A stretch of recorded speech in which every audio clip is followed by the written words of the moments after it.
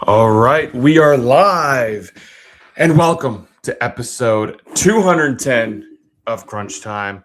I'm going to be your host for today's episode. I'm Tanner Dislin. That's Sam Gotzi. We are the N326 duo. Sam, how are you doing today, my friend? Um, I could be better. As y'all know, if you follow us on socials, we were supposed to go live yesterday. And why didn't we go live yesterday? Well, Tanner, I ended up breaking my foot, breaking my ankle technically yesterday, at work. So, that kind of threw a wrench in everything, but I'm battling through the pain, and we're gonna get a good episode out today. No weeks off No in the weeks podcast off. game, Sam. Well, shout out to you for muscling through here. But yeah, in the basketball world, Sam, obviously since we've last hopped on, we've had two rounds complete. The Sweet 16 and the Elite 8 are now over. The miracle run for Iowa has unfortunately come to a close. The run for Arkansas has come to a close. We have our Final Four. So we have all of that to talk about here in this episode. So I assume should we just go chronological here, or what do you think? Yeah, I think chronological, but obviously there's going to be some games that are going to get more of the focus tonight. But I'm ready to hop in. No doubt about it. Well, we start off the first game to tip off in the Sweet 16 was Purdue, Texas. And I'm going to be honest with you. This was going on. A lot of it, majority of it was going on during the Iowa game. So we didn't get to watch too much of it, but I think the takeaway here, Purdue gets the 79-77 win, Sam, and Trey Kaufman-Renn with the putback as time expires to end this one. Yeah, like you said, Tanner, both of us really weren't locked in on this one with Iowa playing, but I really thought Texas was going to pull this one out. Came down to the wire, but unfortunately, Purdue pulled it off with Kaufman-Renn's tipping, like you said. So, am I shocked? I was shocked at this one coming down to the wire. Am I shocked by the result? Not really. I think Purdue was the better team, especially that day. Um, except they're up for debate, but Braden Smith really didn't have a great game scoring the ball or really being the assist guy that we know him to be. I mean, he had 16 points, 5 assists, 6 for 16.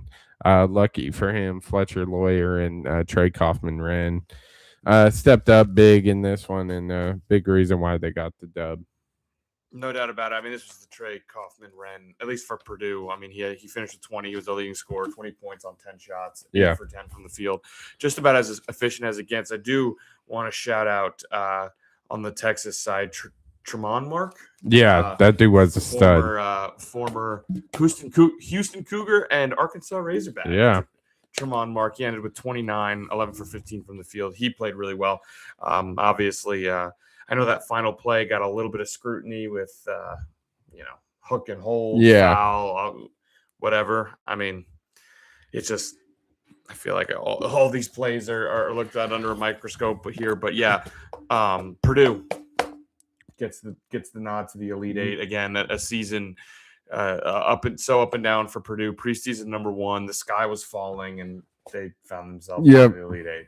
Yeah, it would have been interesting if Mark was available. He went down with an injury. It was a pretty bad ankle injury in this one, but fought through it. He was phenomenal in this one. And then, did you see the Texas post game conference with Jordan Pope? I did not. So he was talking.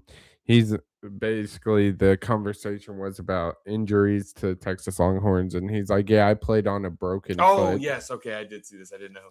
Yeah, that's Insane. pretty crazy. That's Insane. Nuts. That's nuts. I would love to know. Yeah, more about that. I mean, Yeah, what did you say? It was a broken. he broke his foot. All right, get up and play, Yeah. kid. I mean, Yeah, come my on, bad. get out there. We Yeah. need you. You're so right. Oh, that's funny. I mean, that's crazy. Good. I mean, Yeah. shout out him for the toughness. Obviously, just wasn't quite enough. Texas is an interesting team. I mean, obviously, they're always going to have talent. First year under Sean Miller, made it to the Sweet 16. Yeah. And I mean, you can't really call that a failure, but obviously the team didn't really have the greatest year. So we'll see how where Texas goes. But Sam, the next one to tip was the big one here. Iowa, Nebraska, for all the bragging rights of the border war in the Sweet 16, and the Hawks pull it out 77-71. Iowa punches their ticket to the Elite Eight. Yeah, absolutely incredible. But we got to talk about one of the final plays coming out of a timeout. Iowa goes to set up their press break, and shout out to the Hawks. They immediately recognize that Nebraska only has 4 players on the floor. They make an incredible pass to Alvaro, and he slams it down, and that's kind of when the curtains close for the Cornhuskers. It was a great game. I mean, when you get conference rivalries deep in the March Madness with the headlines of Nebraska being in this spot for a first time ever, Iowa being in the first time in this spot since 98, I believe.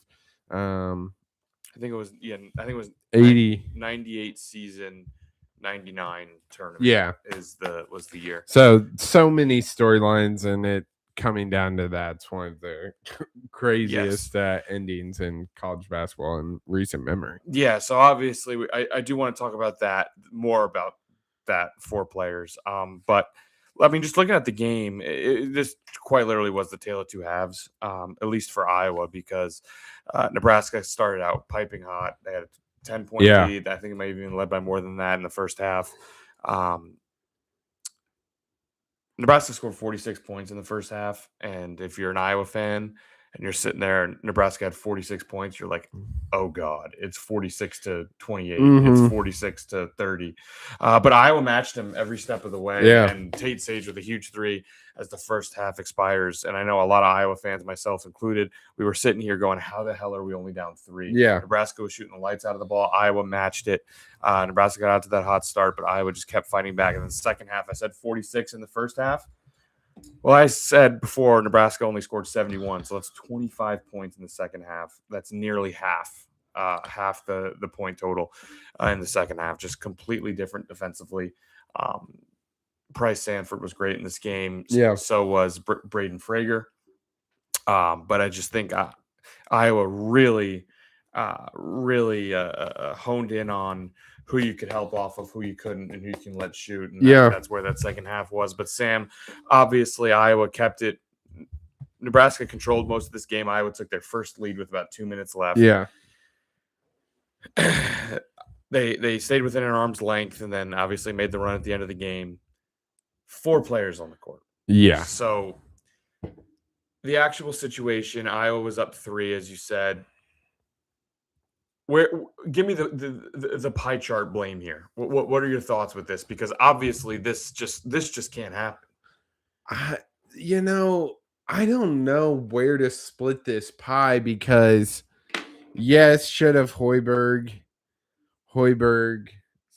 recognized it immediately? Yes. Should he have to remind his players they're in? No. Should now the other player, Mast, I believe, was the one that didn't get in. Could he have just not known he was in? But why would he think that? Did Hoiberg say something that I just don't know where the blame is? It's absolutely unacceptable on both sides. So yeah, I think that's the point. The point here is this is total top to bottom organizational failure. yeah, I actually saw a screenshot, and it was a picture. It was an assistant who had, you know, it had a whiteboard, and it had like who's in and the opponent who's in, and it had their assignment. So like you could see, it would say like PS for the Nebraska logo, and then the opponent, it would across it would be like BS, be like Peyton Sanford's guarding Bennett Sturts type of thing. Okay.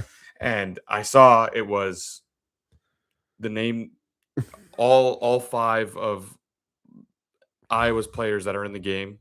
Nebraska predicted correct on their side. Yeah. 4 of the 5 names were out there on the field. The one that wasn't on there was RM Rick Mast, who obviously was the one who tried to come in. So my blame is mostly him, and is mostly you just have to know you're in the game. I don't know. Granted, I don't know the conversations from where I'm sitting. I saw that screenshot of the paper being held. To me, that's you have to know you're in the game. You're one of the leaders. You should assume you're in the game. Yeah, right. And you're a starter, and that gives into a little deeper conversation about Mass, because he was, simply put, he was terrible in this game. Yeah, 4 for 15 total from the field, 0 for 7 from 3. He was hospitalized in January for like severe dehydration.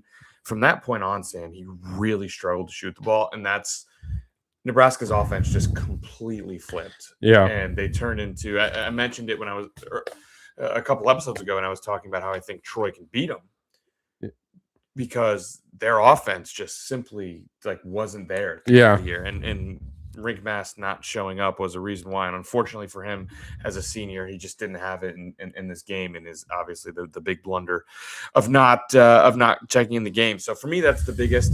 But like, I don't know how on earth there's not, with how many assistants are on the bench, how someone didn't notice it immediately. I understand, oddly enough, like I understand why Hoiberg didn't notice it, because he's the head coach. He's looking at it. But how there's not an assistant who's sitting there going, like who's sitting there and didn't recognize it immediately, and how, I mean, if I had a nickel for every time in a basketball game we came out either offensively or defensively, and there was maybe someone was at like midcourt or guarding the ball, and someone was behind us, and they started waving their hands, and then everyone was just like, "Oh shit, he's wide open! Like, let's go! Yeah, let's go over there and guard him." That happened all the time. Like, how in a major Sweet 16 basketball game did no one, the bench, the assistant coach, the head coach, the players on the court, notice it until the ball was already in the air? I have no idea. Yeah, and like Bennett, Sturts, and I can't remember who was the other guard. They immediately recognized it. It was the inbounder. Yeah, immediately. I mean, Sturts even pointed at him. Yeah, just a huge mental lapse on the Nebraska side of things.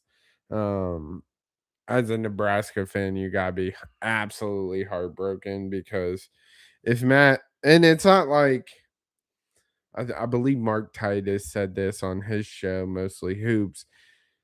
It would be one thing if like somehow Hoiberg, his son, was like not in the game, because you can manage being a guy short in the front court, or in the back court. On the inbounds play, does it suck? Yeah, but literally you knew he was supposed to be guarding. If that's a guard, he was a safety man. If that's a guard that doesn't come in, he just runs to the corner. They get the ball. Nebraska's like, "What the hell?" They foul, and he goes to the line. And and then you're right where Nebraska wanted to be. Yeah, exactly. Because it was Mass, you have a devastating and one you just couldn't get over. Yeah. Yeah. So that's, if I'm a Nebraska fan, that's just, I mean, you're like, of course we lose. Like, I just, like, it's one of those where obviously there's no love lost between Nebraska and Iowa, and their fans love to go at each other. But like, seriously, if you're a program that has, had it rough as a Nebraska basketball or Nebraska ball fan, and you make it to the Sweet 16, and it's just like, of course, who's there?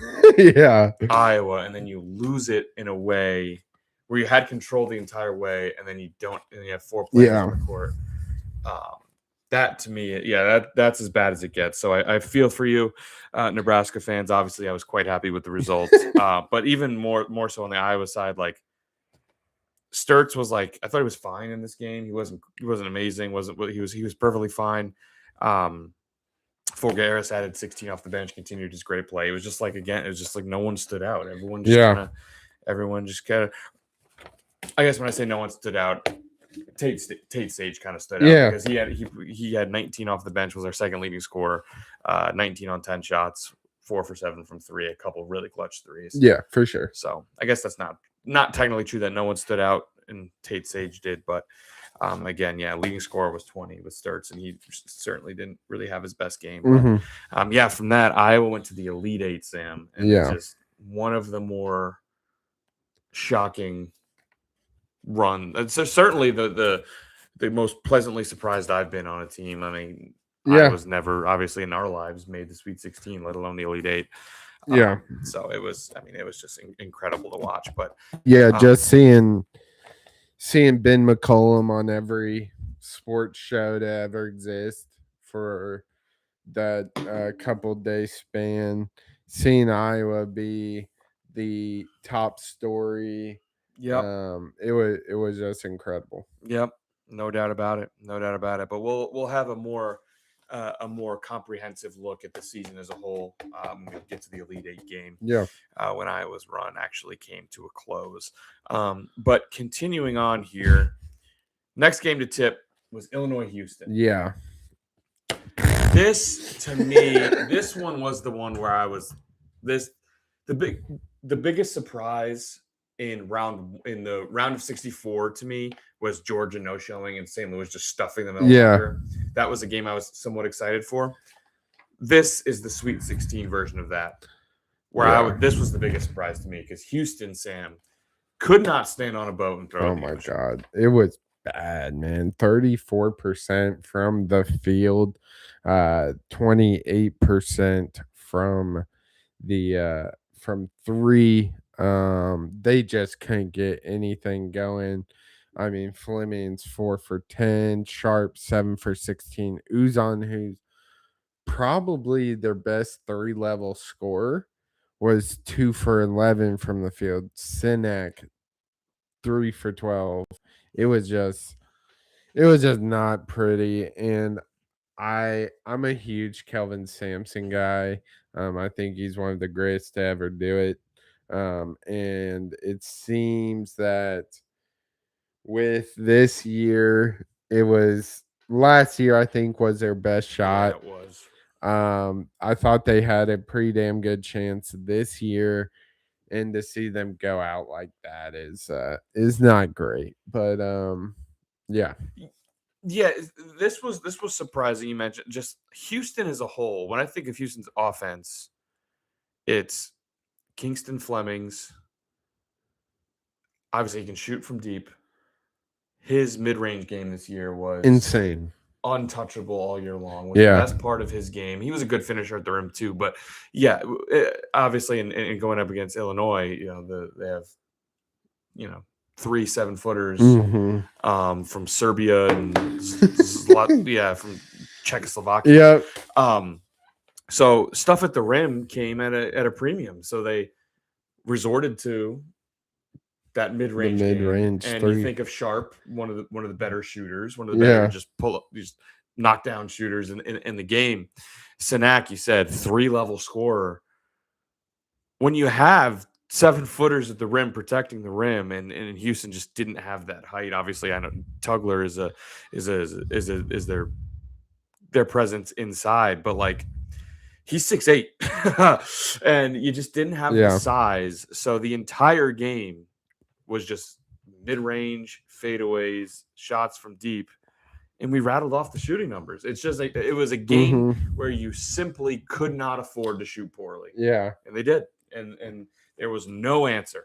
Just none whatsoever. The worst part, if you're a Houston fan, is, let's be honest, Illinois didn't play much better. Like Wagler, however you pronounce it, was 4 for 14. Boswell 0 for 5.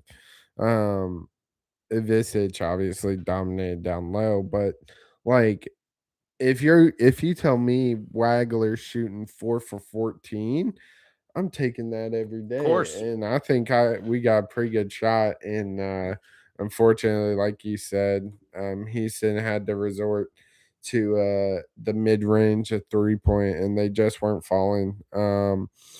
Everyone has an off game. There's no denying that, but having it in a game that was pretty winnable, and it's and you could have shown what made you a top 10 team all year. That just hurts. Yeah, it's just I go back to it. It's like everyone has an off game. It just happened in a game where the other team was just so much bigger than you. It would be like in the Iowa game, which we'll cover soon. Obviously, that game was close because Iowa just like didn't miss. Yeah. It would be like if Iowa shot like crap. We would have lost that game by 40. You know what I mean? Now Mhm. Houston is more talented than Iowa, and they have, they're just better equipped to compete in a game like this. So the final score is only 10. But like they just simply couldn't score. Yeah. They just simply couldn't score. Yeah. And there was just no way of doing that. And like, yeah, Houston, I mean, Illinois, obviously, they were up by a lot more than 10. They kind of played with their food a little bit in that second half. But yeah, it's just this is a tough one for Houston because they are just they're in an interesting spot now with everything. And Yeah. after this, it really seems like they just gotta really punching themselves and kicking themselves over last year. Yeah. And not even just like last year. Obviously, we all know what happened last year, but like the years before with Cryer and Flagler, they had some deep runs. It's just like Kelvin Sampson and this Houston team can't get over the hump year in, year out. And like I said, like it's hard not to like Sampson. I don't think Correct. I've met someone that doesn't like him or at least respect him. Yeah, I just don't know where you go if you're a Houston fan, like, because, like I said, they competed in the best conference, was consistently at the top of that conference along with Iowa State. It was Iowa State, Arizona, and Houston were the big three of that conference.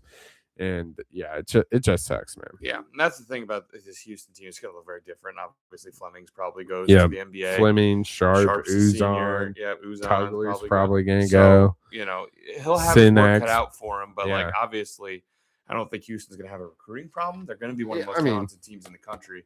So it's just like one of these times he's going to break through. And it seemed like the part of this also is just like how other teams, like Illinois to me is not the caliber of a team that a 3 seed is. Yeah. They just like stopped winning games in the middle of the season for Yeah. some reason. Like, and then obviously they didn't show up. They didn't play well in the Big Ten tournament. They lost to Wisconsin in the first game they played, which is interesting because that's a common system that a lot of people that no champion has lost the first game of the conference tournament they played. Well, Illinois did, and they are going to the Final Four. Yeah. But I'm not like, I don't think there's no major alarm bells for Houston as a program. It's just like one of these times. Yeah. Break your way, I mean, right? it's a perfect mix of the vet with Sharp and Uzon and Tugler, and then the young guys with Flemings and Synax, and that just it seemed to be the perfect recipe. And unfortunately, they just had a awful shooting performance in a game that they needed those mid-range, the 3-point to consistently hit.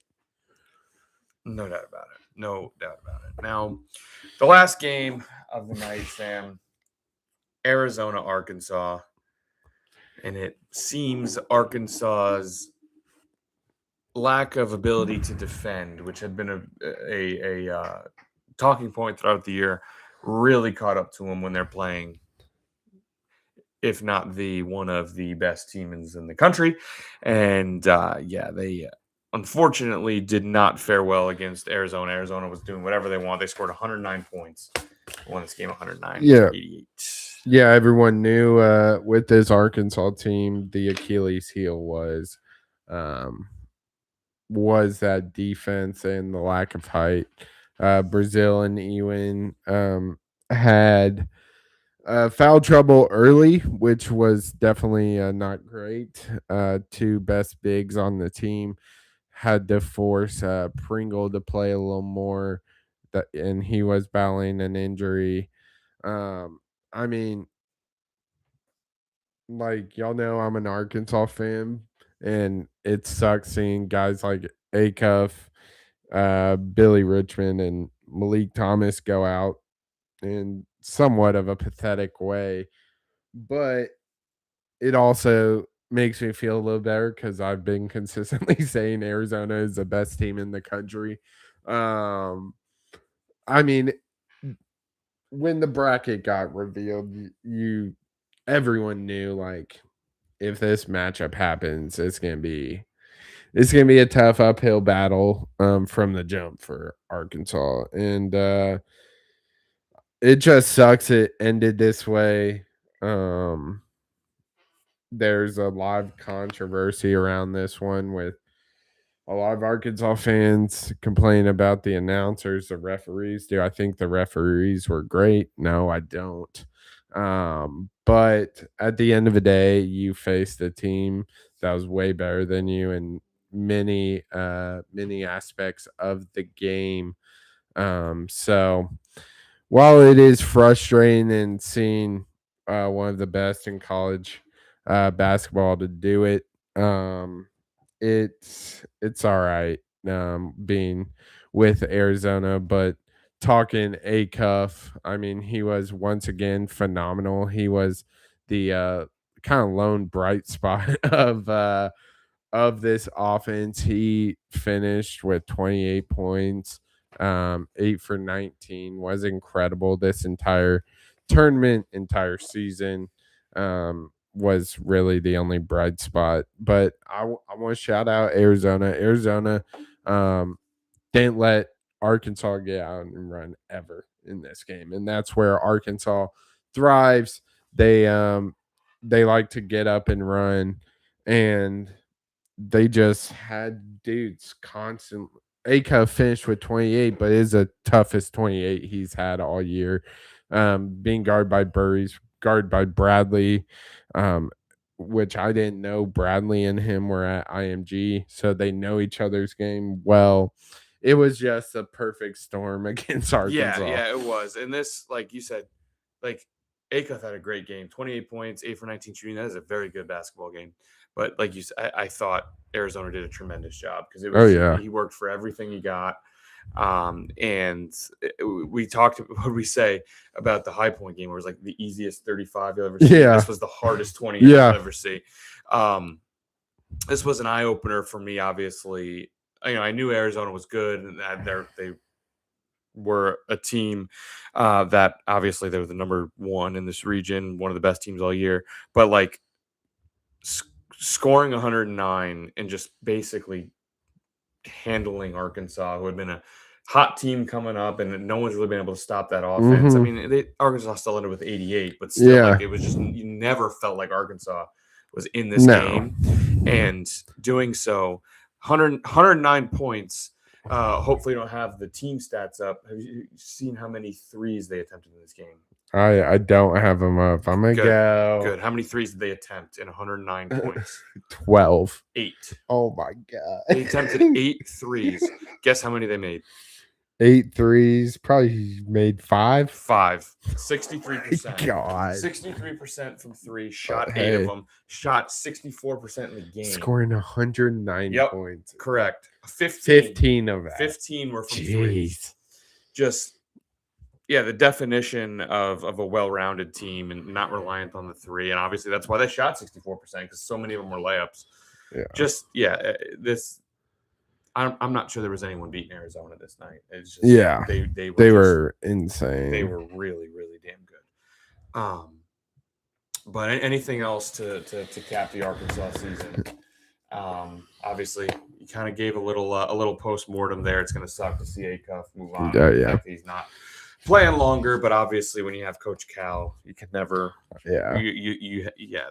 I think he has like 2 national play their Gatorade Player of the Year in basketball where they're from. Like, Yeah.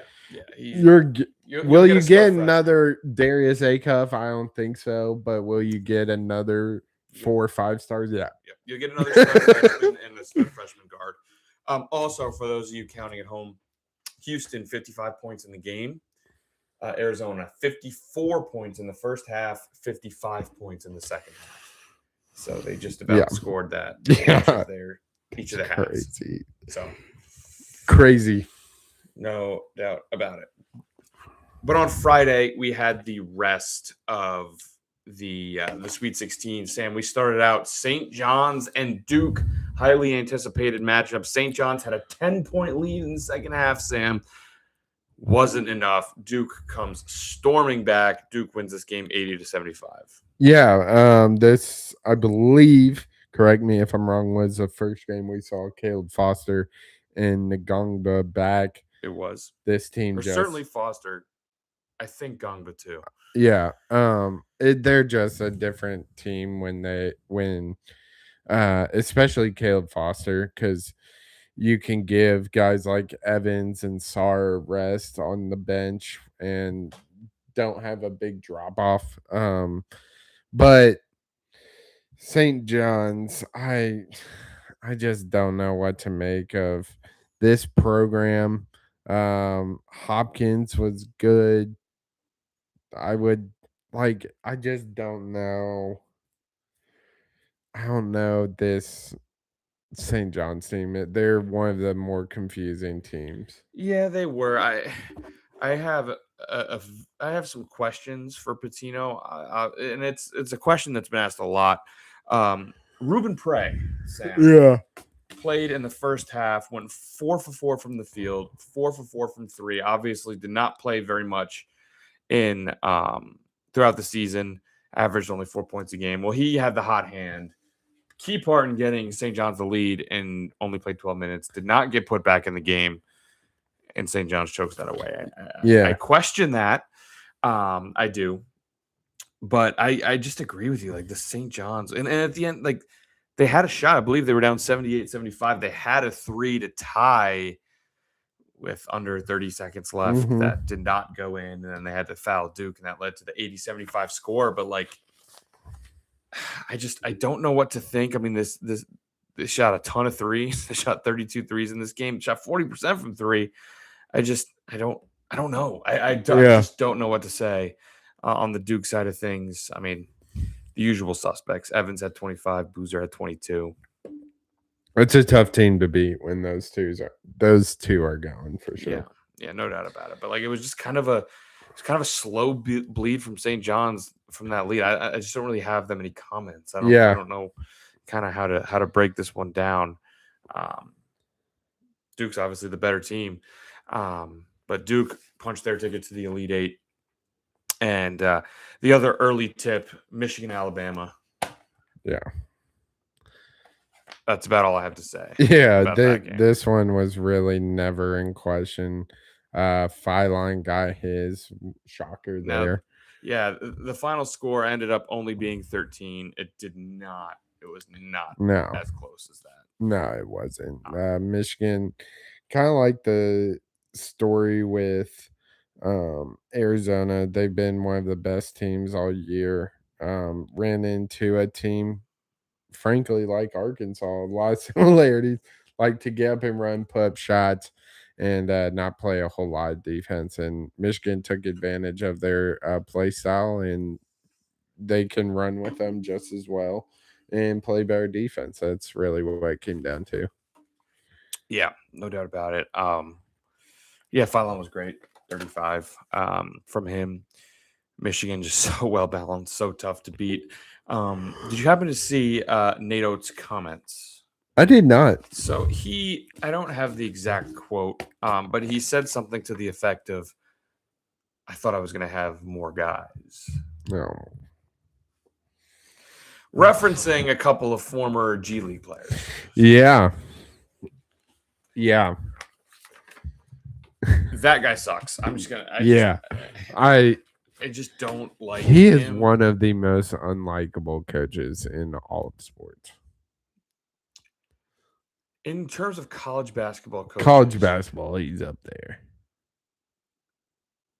I'm trying to think. I have someone else who I would throw in there. I have Active two. coaches. I have two up there with three. Okay, give me yours. Oh, okay. So I got Oates. Yep. Cronin. Okay. Golden. Sure.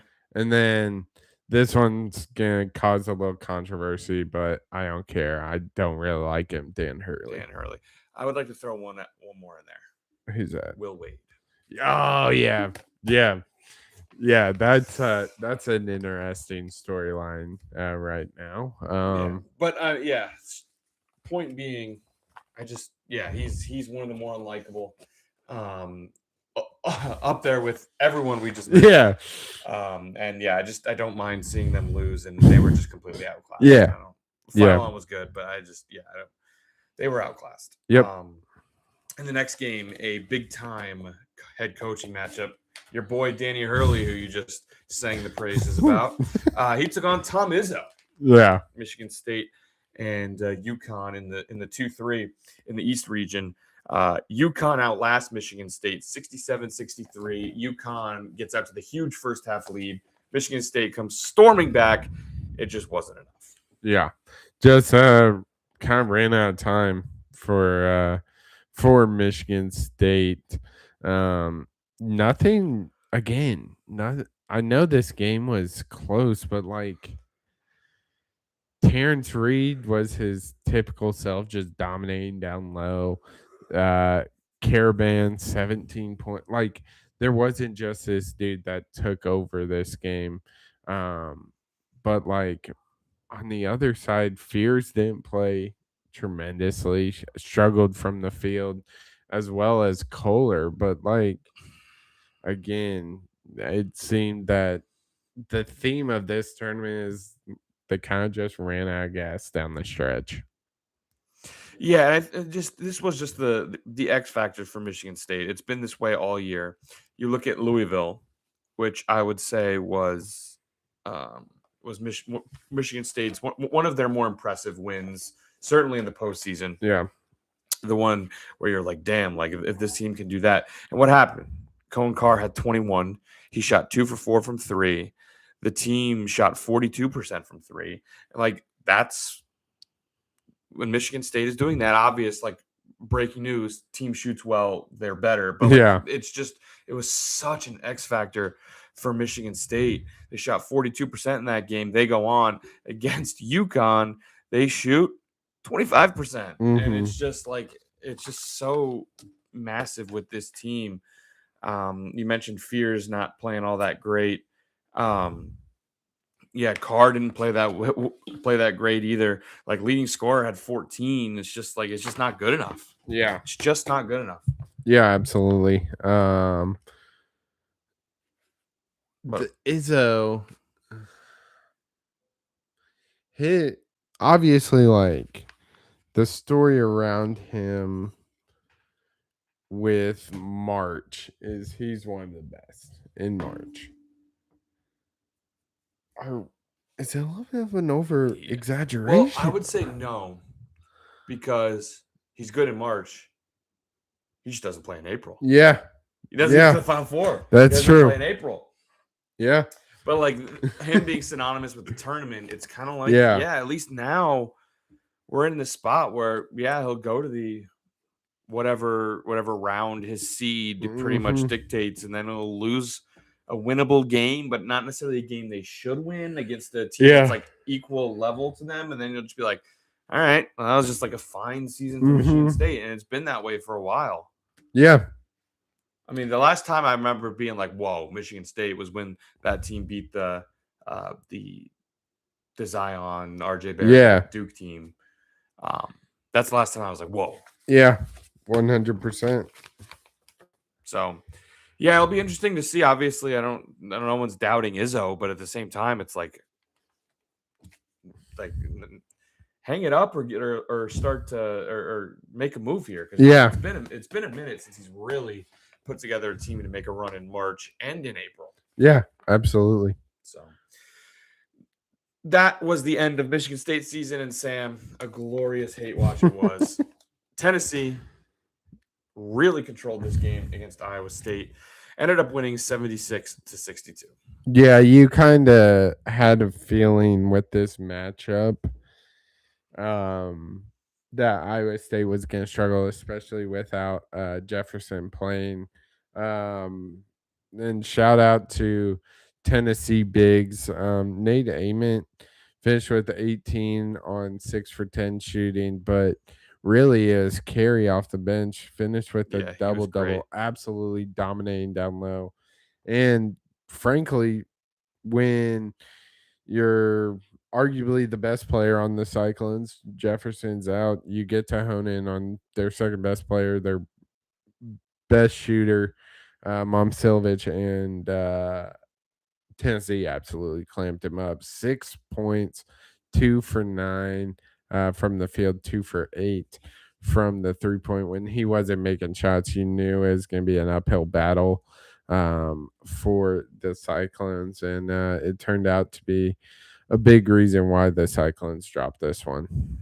Yeah, it's three things. It's three things. You've touched on many of them. This game can be boiled down to the following three. Number one, Momcilovic was absolutely clamped. It's just, the offense was rather one-dimensional, and he was completely clamped. Yeah. Two was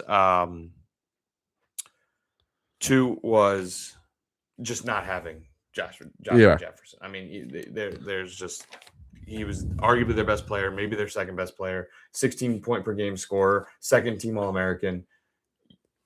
That you don't replace that. You're missing that. And then number three, which kind of plays into both just general physicality.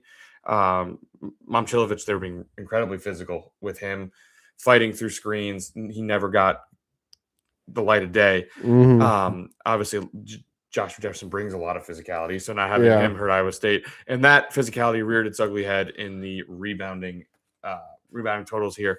43-22 in total rebounds. 43-22.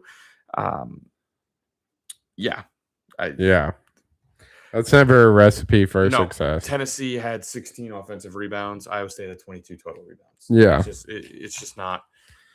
It's not a recipe for success. And a fourth one, actually, that is worth mentioning: free throw shooting. Yeah, because this has been a problem for Iowa State all year long. What did I say? Tennessee was way more physical. What happens when you're more physical? You rack up the fouls. Iowa State was in the double bonus for a lot of this game. I believe they were in the double bonus for the final 10 minutes. Yeah. And the bonus for the final 12 minutes. And they shot 15 for 25 from the free throw line. It's good for 60%. Obviously, Tennessee wasn't all that great either. Yeah. But they just, so much of their offense wasn't tied up in free throws like it needed to be for Iowa State. And when you shoot them at that clip, don't get rebounds, missing your best player, and just aren't matching that physicality, you're in a rough spot. Yeah, that's just one thing I will never understand with I give college basketball a little grace, but especially in the pros, like, how are you a bad free throw shooter? Because, like, it is really just routine. In all honesty, like, it's not like a defense. Like, if you shoot bad from like the 3-point, you have defense on you. Like, no one is guarding you. I understand there's pressure with these free throws late in game, but like, I just don't know how you're a D1 basketball player and are shooting so poorly. Not even as an individual, but as a team as a whole. Like someone like Taven Lipsey. Yeah. Who is a above 30% 3-point shooter. Yeah. I wouldn't say 3-point shooting is the best part of his game, but he can make 3-point shots. He shoots above 30%. How are you a 65% free throw shooter? Yeah. How? Yeah. You're a guard. Like, it should be such a big part of your game. Mm-hmm. And he was just so bad throughout the year. Yeah. I just don't get it.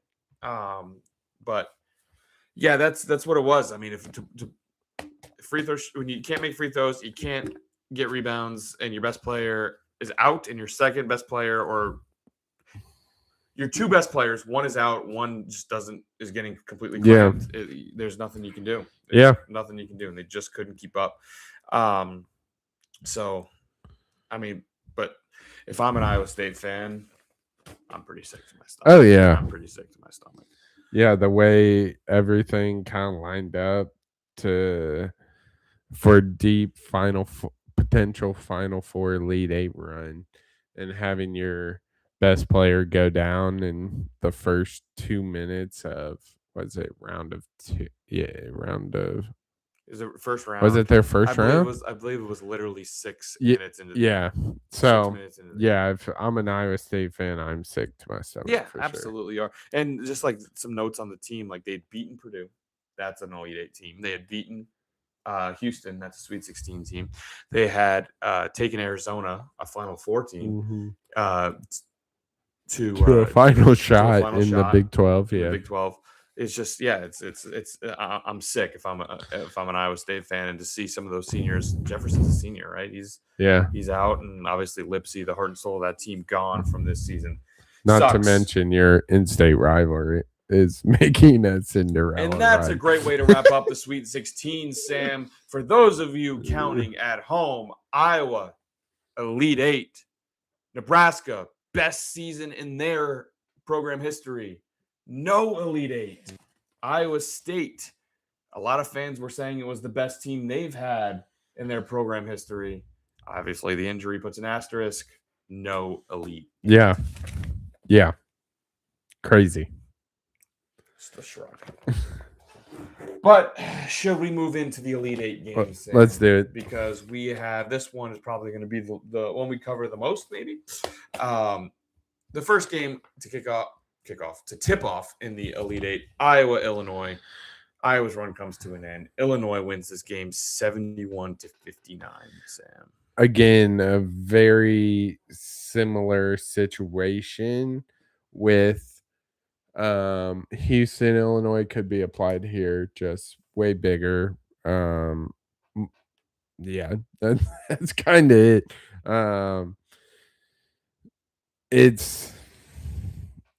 It sucks that Iowa lost in this manner to an opponent they're familiar with. But going into this one, we were playing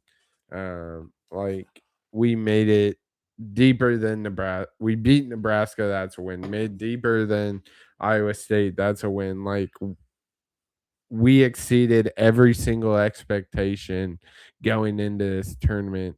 And unfortunately, it was just not a matchup that favored Iowa. And Illinois definitely took advantage of those mismatches down low. Yeah, I mean, similar thing. We can talk about the game all we want. Similar to Iowa State, just like this rebounding difference was 38-21. Yeah. And they were just dominating in the paint. Iowa had no answer inside. Just top to bottom, could not match Illinois' physicality. Now, the final score being 12, and us saying that, it seemed like Illinois was in control the whole time. That's just not that's not the case. Iowa did not miss in the first half. They shot the ball really well.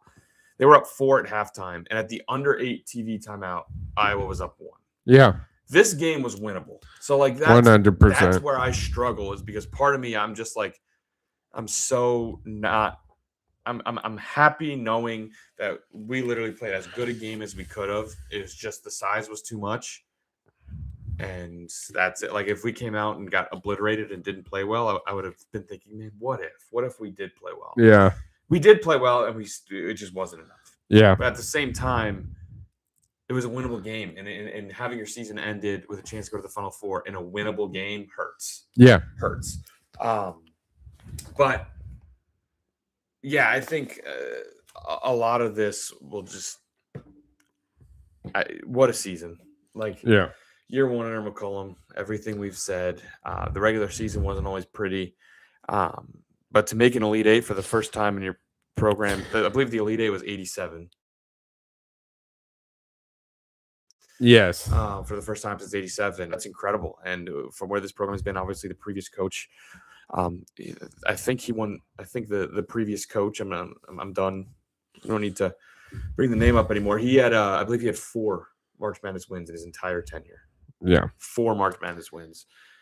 Our guy now has 3. Yeah, not to mention the Thou Shall Not Be Named also had a top 5 pick in the NBA, a national player of the year, a national who also probably should have been a 2-time national player of the year. A guy like so many pro, like it's just and pathetic. the talent that the other guy brought in compared to McCollum it's night and day. Now McCollum needs to be able to bring in that talent. I don't have any reason to expect that he can't. Yeah. Especially after this run. But yeah, it's one of those where I wasn't mad, I wasn't angry. I was just sad. Yeah. Sad the run was over, and sad it happened in a game again that I think was winnable. It was. It's just, yeah, you just couldn't compete with their size. So the blueprint is there, and even McCollum in the post game immediately, like they asked, like, oh, like what's, what do you need to do? And he's like, we need to evaluate our roster. We just need more size. Yeah. And he knew it right away. He said it right away. Obviously, it wasn't. It's not a surprise, but yeah, it's major talent gap that McCollum and co need to address. Obviously, the X's and O's, McCollum, it's clear as good as it gets. Now he just needs to bring in the talent. Yeah, absolutely. Couple questions I want to ask you. Sure. Fulgares.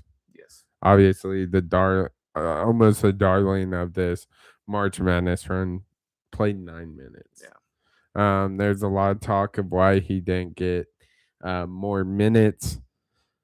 Thoughts? Yeah, I do think he should have played more. I don't think abandoning him. I don't mind abandoning him from the start because I think there's a moment in there. It's Iowa got off to such a hot start. Then the Fulgaris for Maniau substitution happened. Illinois really started to rebound because there was a part in the first half where Iowa just couldn't get a rebound. That's when Illinois started out their comeback. That coincided with Fulgaris being subbed in. There was a on-court interview with McCollum. They asked, how do you stop Illinois' rebounding? And McCollum said, we're not boxing out unless there's a certain group in. That was him saying Fulgaris is now boxing. Yeah. He just wasn't. So I don't mind taking him out in that first half. Not going back to him surprised me. I wouldn't have done that. But McCollum has done that a few times this year, I think, where someone who hasn't played well, or someone who has played well, he just kind of rides that. Sage against Nebraska. He was in at the end of the game. He hit the huge 3 because he was playing so well. Yeah. He was in at the end of the game. He didn't close games earlier in the year. He's just always kind of been like that. And I think coaching for the Final Four, he really just kind of rode who he thought was playing well. So I would have liked to see Fulgaris more, but I can't say I'm too surprised. Just because of how he's coached in the past and how he just rides the hot hand. Yeah, absolutely. Also, does Bennett Sturts get his jersey retired at Carver? Because I saw a tweet. Going into the postseason, the answer is no. Yeah. He was the best player and leader on a team that went to the Elite Eight. That's where this gets interesting. Yeah. Iowa loses to Florida like everyone thought they would, and we're having the conversation about how it's a great season. We won a game in the tournament. If they lose that game, certainly no, we're not even having this conversation. Yeah. Being the Elite Eight is tough, and the first year under McCollum, he can really set the tone. I don't think he does, but I'm not like, what the hell are we doing if he does? Yeah, for sure. I just saw a tweet. It was, there's a very good chance that he can have his jersey retired in 3 arenas. Northwest Missouri, Drake. Yeah. That's interesting, though, because like the legacy it would probably be greatest in Northwest Missouri because that's where he won a national title. It wasn't all that good, right? He averaged like 9 points a game or something. Yeah. Drake. I think Drake. I obviously transferred out, but That's the thing is Drake. Drake is where he made the name. I feel They like won a you have game. to. They won a game, but like, there's no really legacy. Like, I guess it was the first time they won a game in a while. Yeah. It's an interesting But, like, conversation for sure. We're having this conversation because he led Iowa to a Elite Eight. Like, if your best accomplishment is you led It's a another different school school. to an Elite Eight, but you were also really good at this school, like, is that? And yeah, I don't think. Reading some of the things, I don't think Drake is very happy with the way he. I mean, not that they're like, oh, like screw this guy forever. They understand. Yeah. But I think they were surprised that he left so quick, and that they probably weren't. Him being, I'm looping in Sturts and McCollum into the same category here. I just don't think they were all that happy with how that went down. So I would be surprised, but at the same time, that's where he made his name, and I think like a lot of people, like certainly right now when they think of Drake basketball, the first name they're going to think of is Bennett Sturts. Yeah. Maybe Tucker DeVries right after it. Yeah. And like they didn't retire Tucker DeVries, but Tucker DeVries never won a. Yeah. He never won the game. I don't know. It's really weird. Yeah. I think there's of the three of them, which one is most likely? I honestly think Iowa's the most likely because they went to that Elite Eight. Yeah. And he finished his career. And I think the fan idea of Bennett Sturts is the highest amongst Iowa for sure, because he didn't leave and he was as good as he was. For sure. So, yeah. Unfortunate ending to the year. I guess congrats to Illinois. I don't think Illinois played all that well either. Like they didn't shoot well. Yeah. They just realized this, and we talked about it, how we thought McCollum completely out coached Todd Golden. This is exactly how Iowa should have gone. Yeah. Todd Golden had a brain, but he didn't. Because you mentioned it was close in that first half, and Underwood went into the locker room, made some much needed adjustments, and Illinois kind of separated themselves later in the game. And a lot of those adjustments were offensive, more to Ivasic and the other Ivasic. It's two Ivasic, and the Kalachnovich or whatever the hell you want to say. Just add a Vich to the last name, you're probably good. Exactly. But I also think it was defensively. We talk about what Iowa did to Nebraska, 46 points in the first half, 25. Iowa shot really well in the first half, did not in the second half. Really, really kind of clamped down on shooters, and it was just ran out of gas. So shout out to every single one of them. I mean, it was the most fun I've ever had watching sports. I mean, we watched every game together. Yeah. You saw jumping, screaming, yelling, pacing, all of the above. And it's just special. Like it's just that we haven't had that in the college, and there's nothing like college basketball. Obviously, a college football run, you'd play a game, you'd wait 3 weeks, you'd play another game, you'd play 3 weeks. These are just so one after another that there's nothing like it. There's just something like it. It's gonna be interesting what this run does for the Iowa men's basketball program, because I think if we just won the first game, I think there would be a lot of support. I saw this tweet. I can't remember. They're like, why was Carver still half empty with all these Iowa fans talking about their run? That's just not how it works. Like, I don't. Like, I wonder if we can get some. Can we get some shots of Hilton when they were 2-20 before? 20? Oh, also, exactly. And let me know what the fan engagement was like there. It's just how it and things went stale with the old coach, and things weren't going anywhere. It was a coach that never really accomplished anything in the tournament. Changes needed to be made. New coach McCollum needed to earn that trust. Year one, he earned it. The fans need to show up this year. The support needs to show up this year. and he needs to go out and find some more talent, some more offensive talent, some more size, and then we're business. Yeah, absolutely. So, but that was the end of the Iowa season. Unfortunate end. Fantastic season, obviously. But the game that night, Sam, Arizona, Purdue. Yeah. Purdue had him in the first half. Did not have him in the second half. Yeah, Arizona kind of took care of business in that second half. Won the second half by 22 points. Yeah, 48-26 in the second half. After being down 7.5. You kind of always knew that, okay, Arizona's going to turn it up eventually. With Burries and Bradley not really hitting anything, they turned to Karshkinkov and Pete, and they just went to work and kind of dominated in that second half. Yeah, Karchenkov. Sounds like an Illinois player. He seriously does, yes. But yeah, like your guards, 8 for 19, not a great game from them. But yeah, Pete was great. 20 points on 18 shot. Like there's so many ways they can beat you. Like in the Arkansas game, everything was flowing, everyone was scoring, and they dominated them against a team that's one of the best offensive teams in college basketball. Here, it's a struggle. Purdue opens up and has a great first half, and then they just ratchet up the defense. They get the ball inside. They get the ball to Pete and Karchenkov, and they still find a way to win. There's so many damn ways for them to win, and they always do it. It seems. Yeah.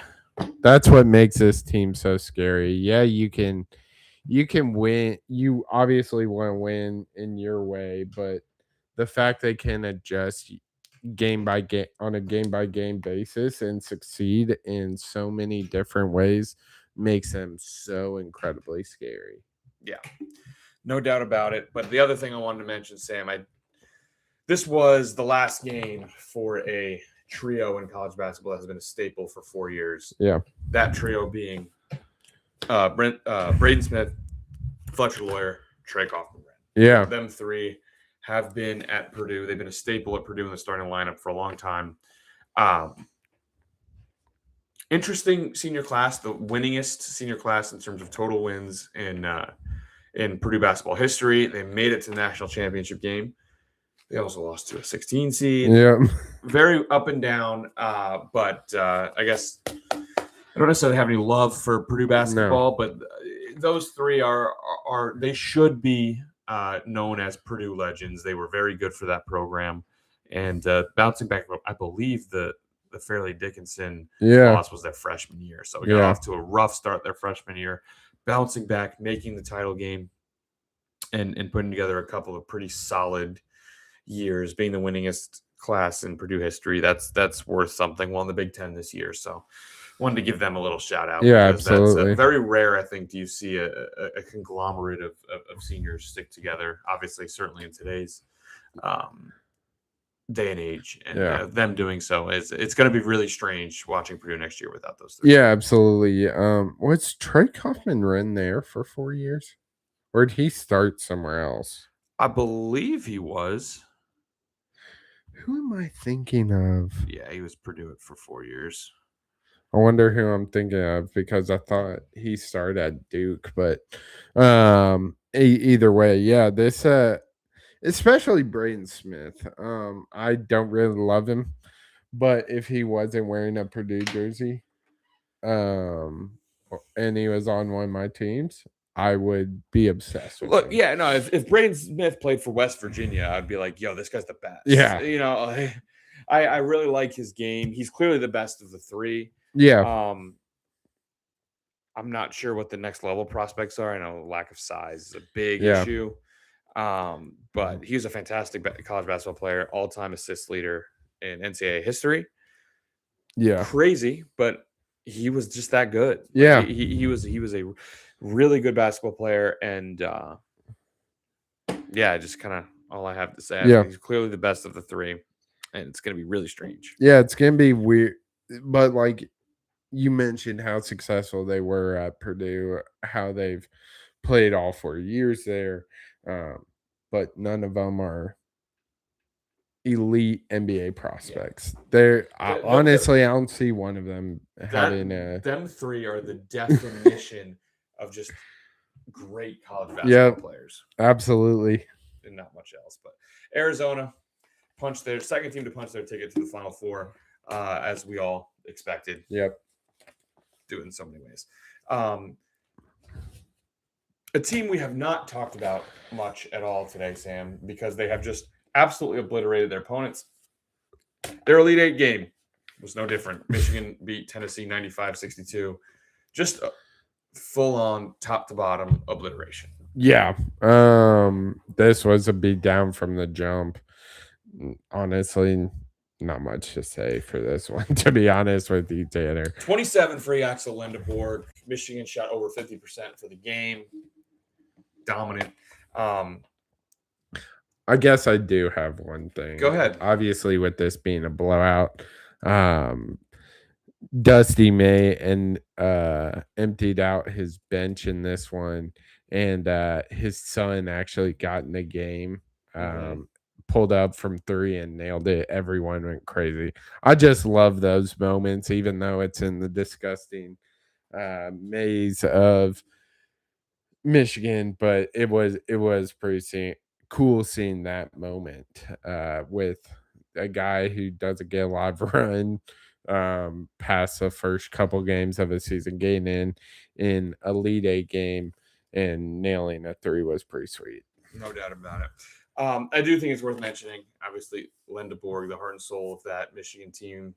I think it was first team, first team All Big Ten Player of the Year.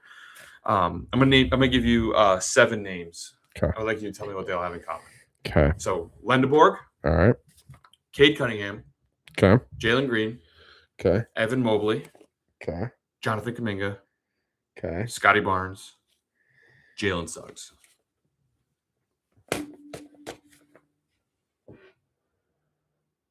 All 26 years old. Okay, you pretty much got all the same recruiting class. Okay. All the same recruiting class. 6 of them are longtime NBA vets. Because two different teams now have second contracts, and some are currently playing college basketball for Michigan. Due with that information, I had some. It was either age, but I probably would put together the recruiting class, but Kuminga and Green didn't go to college. Correct. I was like, okay, so there's something. That was the red herring in there. But that's crazy. That's where we are in college basketball, where half the time we got players who are the same age as 5-year NBA vets, and sometimes we have players who are coming back to college after playing professional basketball. Yeah, whatever. It's ridiculous. I mean, regardless of how much older he is than everyone else, Axel Lindeborg is very, very good and has been this year. And as old as he is, though, I think. Because what? Let me look up his playing history. Because he started out at UAB. He started out in JUCO. Oh, before that? Before that, so here, let me look it up. Yeah, so he started out at Arizona Western, played 3 years there. Then went to UAB for 2 years. And then went to Michigan. So pretty interesting. Definitely work your way up the ladder type of guy. One of the best players all year. Doesn't mean I like him though. No, I don't. Very unlikable. Correct. For everything we just said. But Michigan dominated this game. Not much else to add. Tennessee was completely outclassed. Yeah. So the last game. As we start to smile and twiddle our fingers with glee. The Duke Blue Devils have completed one of the most impressive collapses, both on a game-long stretch being up 19, but also in a final possession stretch with one of the more shocking losses you'll ever see. UConn.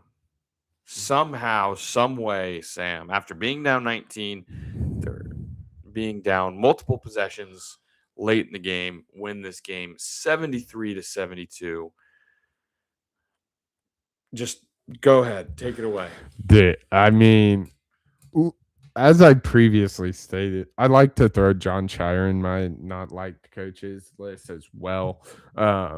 But UConn is not one of my This was a lose-lose. I wish both of these teams could lose. But seeing Duke lose that way has to be one of my favorite moments of college basketball ever. The only word I can use to describe it was just delicious. Yeah. It was delicious.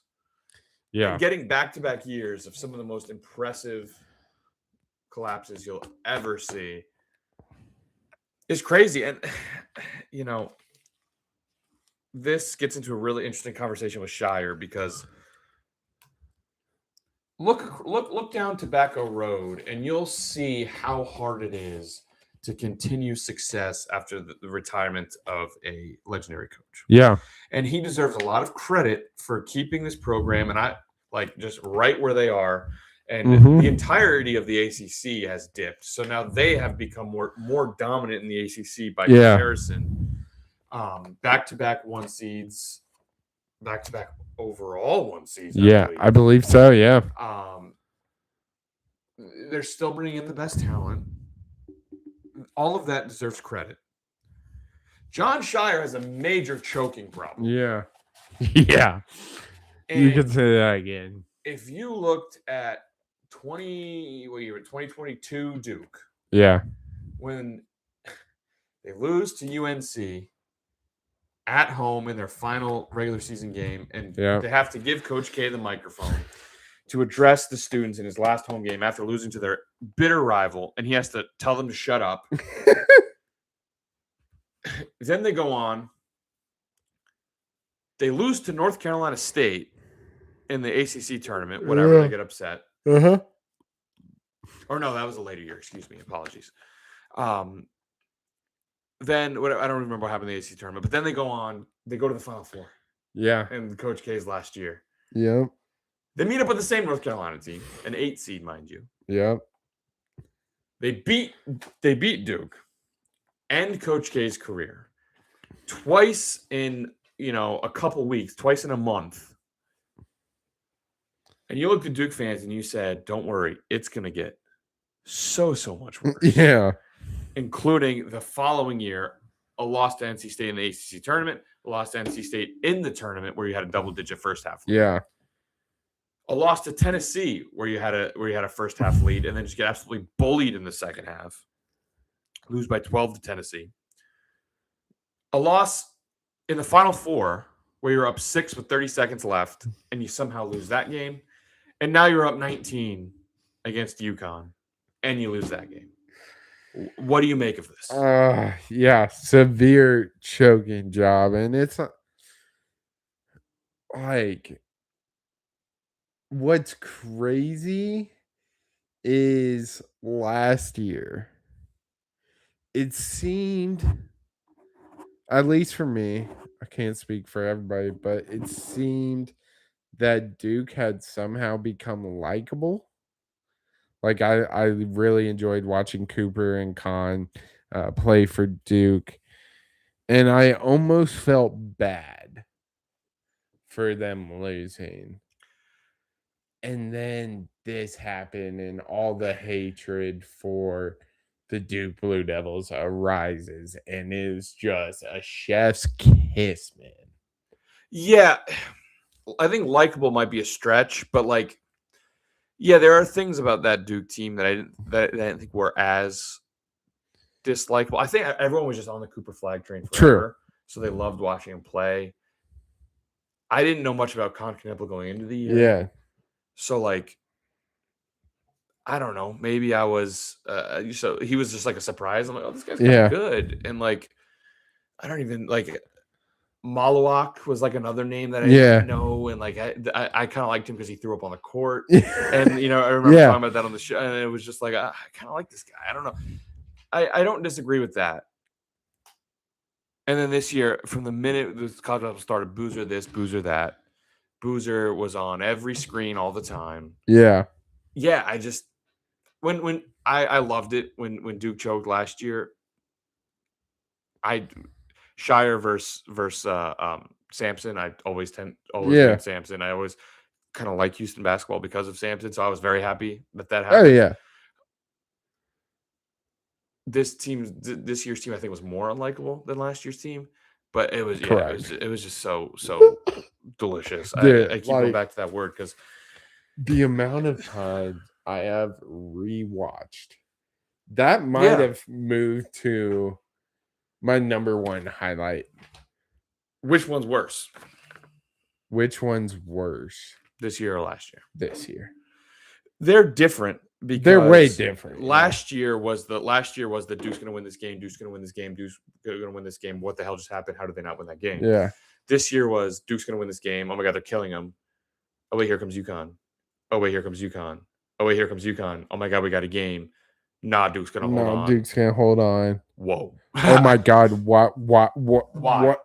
Oh my God. Oh my God. Bang! Onions! I'm going to reuse a bit here that was already done on a previous show, but I don't care. In defense of the team, Sam, it's a tough situation. The ball gets inbounded. They're not sure what to do. And no timeouts because Duke didn't have any timeouts. So, you're just kind of stuck in a tough spot. Yeah. Duke had a timeout. Yeah. They had a timeout. Now, I don't blame them for not using it. I think the pass up to Little Boozer was the correct play. Yeah. Obviously, trying to go over the defense, not the correct. So, with that, I don't know if you've seen the clip of Shire during that play. Mm-hmm. He's like, he pointed, which here's the thing. There is a world, because he was open, obviously, down the court. Yeah, both of them. There's a world in which he makes a pass fake, or the second defender's not over. Yeah. And it goes right through, and the guy in the front court catches it, and the game's over, and we're not even talking about why are they trying to risk advance the ball. So, like, I'm not trying to be too punitive to the actual player. A live ball turnover is the absolute number one worst thing. So much would have been better to punt the ball out of bounds, like throw it up, anything. Live ball turnover is the one thing you can't do. I'm critical of Shire because as soon as you see that's under 10 minutes, you need to look at your team and say there is no 5 seconds in the backcourt. We are exactly at 10 seconds. We will not get a backcourt violation. There's no need to push this ball forward, and there is no need to try and dribble or anything because there's no 5 seconds. Yeah, just sit there, hold it, make sure you don't get in a tie up. I don't know what the possession error was like, but maybe they could have even gotten a tie up and wasted some more time. I can't believe it. I just like the live ball turnover is the one thing you couldn't do. Yeah, and that and the fact Mullins hit it and he was 1 for 8. The most pure shot of all time. The greatest swish of all time. Loudest swish you'll ever hear. I mean, it was everything about it was picture perfect. Everything. Like it was, I know this is used all the time, but it truly was something Hollywood would generate. Yeah, that was like that was a textbook movie ending. And there's something to there's something to watching something happen in person, and we just witnessed a something that will be talked about. Yeah. Next year, when we're sitting at this desk talking about March Madness, we're like, how about the player's name again? Mullins. The Mullins shot. Yeah. The Mullins shot. The Duke loss. The Mullins shot. The Duke UConn game. Yeah. We'll know exactly what you're talking about. Yeah. It's Ali Farouk Manesh. It's Jesperson. Yeah. You just say the name and you're like, oh yeah, I know exactly what you're talking about. Jenkins. Yeah, Jenkins. Yeah, it's another one. Yeah, it's just like you'll just know it. You always will. Etch his name in the history books for sure. It's special to witness that live, but also in a result that makes you so happy. Yeah. Lost. I do feel for the Little Boozer. Yeah, Kane Boozer. Yeah. Big Boozer, Little Boozer. Yeah. You Yep. got Big Boozer, you got Little Boozer. Yep. I do feel bad for Caden, you said? Yeah. Little Boozer. Caden Boozer, obviously unfortunate. His brother was tremendous this game. The stuff saying that he, that he should have, that he feels like he let down his brother is heartbreaking. Yeah. I don't really. I'm like, it's not like they're getting paid so much money. It was such a high possible like face the music because you made a mistake. But Yeah. I do feel for him. I do feel. Yeah. For him. That was a mistake. It was the one thing he couldn't do. The other side of this. Surely you've seen Mr. Hurley after the game. Yeah. I don't hate Hurley as much as the average person. I think villains in college basketball are a good thing. Oh, yeah. I like the fact that he's so insane, and like I wish some of the post stuff, like I hope the refs don't F you like they F'd us type of thing. I could do without that. In my opinion, I don't think there's a world in which that should happen without a technical. Yeah. 100%. Put your forehead to another ref's forehead. Like, why? Why would he even do that? He should be. I don't know. I don't know. He should be thanking the lucky stars that. God, could you imagine that ref did not do what I would argue, and a lot of people do, he should have done. Now I'm not out here saying Danny Hurley's a problem. He needs to be this. That was bad. That specific thing I did not like. And I think he should be grateful that they didn't call it and cause Danny Hurley to have one of the most embarrassing coaching moments in basketball history. Also worth noting, the Final Four assignments have been announced, and that crew is not doing a Final Four game. Yeah. So I don't. Oh, that would have been so sweet. Take that for what it's worth. That was a. But I could not. I go back and forth because, like, as I sit here, it would suck. It would absolutely suck if one of the greatest moments in March Madness history was ruined. It would suck. It would suck. It would, no doubt. But at the same time, oh my God, that'd be. It would feel like.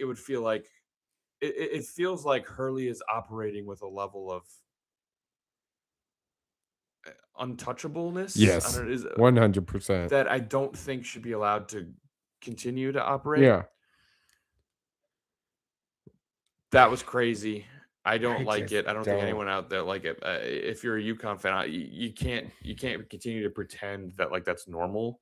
That's like a normal thing that shouldn't be penalized. Obviously, I agree with you in the fact that a great moment shouldn't have necessarily been ruined by that. But at the same time, I mean, that would be another all-time. It would have been crazy.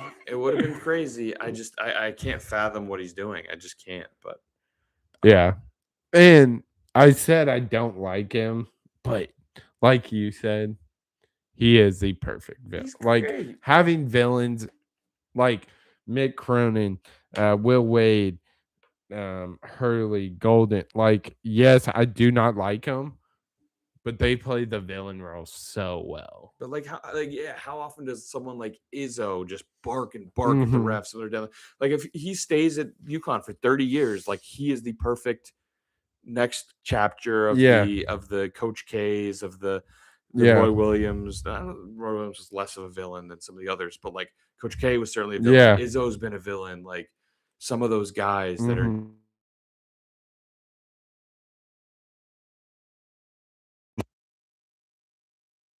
The Louisville saga, he would have been a villain. I think a lot of people are rooting for him now that since the Louisville stuff, which is kind of weird, and he's come back. Yeah, the comeback story definitely helped. But, college basketball was rich with them. They've all retired or flipped the narrative on themselves. So having one is nice. Absolutely. And one that doesn't look like he's going anywhere and will be synonymous with a very successful program, similar to the way Coach K would be, so like Izzo would be. It's good. It's good for the sport. That particular thing was not correct. Yeah, so that's all I have to say about that. And the last thing I want to talk about in our collective the Duke radio broadcast. It should have been a technical. Complaining for a technical is the most hilarious Duke way. Not even on the thing that we're saying deserves. Yeah. Complaining that the team is celebrating. Someone who was on the court the whole time, Sam, is celebrating. He did. The guy who we said ran on the court did not, in fact, run on the court. He was on the court the whole time. He was playing defense. Part of the crew that got the turnover and the subsequent shot. As far as on the court goes, like a few guys maybe took a step on the court. It was like the lowest level. So good. If he was like a St. Louis a SLU announcer in that Dayton game when they all ran on the court. Okay, maybe he had a case. This was like the most hilarious, not ever a technical ever. That should be a technical. Calling for a technical. When the shot goes in and he says, "Oh man, he hit it." That is a top moment. That just, oh my god, oh man, he hit it. It is so good. Give it a listen if you haven't. If you're able to find it, because I think Big Duke went ahead. Yeah, Big Duke definitely has nuked it all. But yes, but from a basketball standpoint, Sam, the guy I keep talking about, who I would say has been the most underrated player, I think, throughout this entire March Madness is Terrace Reed Jr. Said him a few times on past episodes. 26 and 9. He was their only offense. You mentioned the shooting from Caravan. He finished with 5 points. He did hit a clutch 3 in their comeback attempt, or not attempt, successful comeback. Yeah. But finished with 5 points, 2 for 10 from the field, 1 for 6 from 3. And like you mentioned Mullins too. He is the definition of a pure shooter for this UConn team. Finished 1 for 5 from 3, 4 for 10 from the field. Yeah. The only reason they were in this game was Terrace Reed Jr. Caravan makes the shot to bring him a little closer. Mullins makes the big one. Terrace Reed Jr. was the heart and soul of UConn in this game. 100%. And then, Duke, obviously, we mentioned. Boozer was great. He had 27. They were up early. Yeah. Should have held on to this. But anything else to wrap up? No. Give me a fun one. Going on Saturday, Illinois, UConn, Michigan, Arizona. Obviously a lot of emphasis on that second matchup, but don't sleep on this first one, because it's gonna be just as good. Correct. And UConn and Illinois matched up in I believe it was an Elite 8. And I don't remember if that was the first or second UConn year. Yeah. But they matched up in Elite 8 matchup. It was 26-26. Next thing you knew, it was 56-26 UConn. It was a 30-0 run, Sam, spanning through halftime into the second half. That's insane. So one of the crazier things you'll ever see. That was the Terrence Shannon led. They had just taken out Iowa State actually. The round before. Final four, as you said, UConn, Illinois, Michigan, Arizona, happening on Saturday, right before your Easter Sunday. Settle down and watch some hoops. They should be some fantastic games. But Sam, anything else as we wrap up the Sweet 16 Elite 8 conversation here? This is why the tournament is the greatest, because while people say there hasn't been these Cinderella runs, there has been some all-time moments, and that's what makes this tournament great. Again, it goes back to what we said. There aren't any Cinderellas. That kind of sucks, but it leads to this. And when there are Cinderellas, the people that complain, it's like, enjoy the Cinderellas or enjoy the crazy light game. It always delivers. One way or another. It will always deliver. And sometimes it'll even give you a little bit of both, as it happened in years past. So absolutely. Yeah. I guess coaching news. We talked a little bit about Will Wade. Yeah. Worth mentioning, he, after 1 year at NC State, he is going back to LSU. Yeah. One of the weirder moves. Can you think of a scummier trifecta of coaches than Lane Kiffin, Will Wade, and the crazy woman, Mulkey. whatever her name is, Kim Mulkey? Yeah. What trio? What a trio. Utah State's head coach left for Cincinnati. Yep. I can't think of his name off the top of my head. Yeah. And I'm blanking. Utah State ended up backfilling that with UNI's coach. Yeah. Leaving after 25 years. Yeah, I pretty believe. crazy. Gerard Calhoun is the Utah State to Cincinnati. Yep. And now oh, come on. Ben Jacobson. Yep. Got it, Jacobson and Jesperson mixed up. Yeah. That was the guy who hit the UNI. But yes, Ben Jacobson goes to ends up going to Utah State. Yeah. Pretty crazy. Yeah, no doubt about it. But that's going to wrap it up for episode 210. Obviously, all about hoops, Sweet 16, Elite 8 in the books. We have our Final Four. The first time, Sam, since 2014, the Final Four is just 4 states. Yeah. Illinois, Connecticut, Michigan, Arizona. Pretty crazy. Pretty interesting. But a fantastic season for our Iowa Hawkeyes. Obviously, the Miracle Run came to an end. But make sure to like, comment, and subscribe to the YouTube where we go live sometimes when we have more pressing games. Obviously, March is the time we go live a lot. We might start going live more, obviously, with the summer coming up. Sports come to a screeching halt. So we will start going live. So make sure to like, comment, subscribe over there. And make sure to follow us on X, Instagram, and TikTok at crunchtime_pod. But the clock has run out on this episode, and we'll see you in the next one on Crunch Time. Yeah.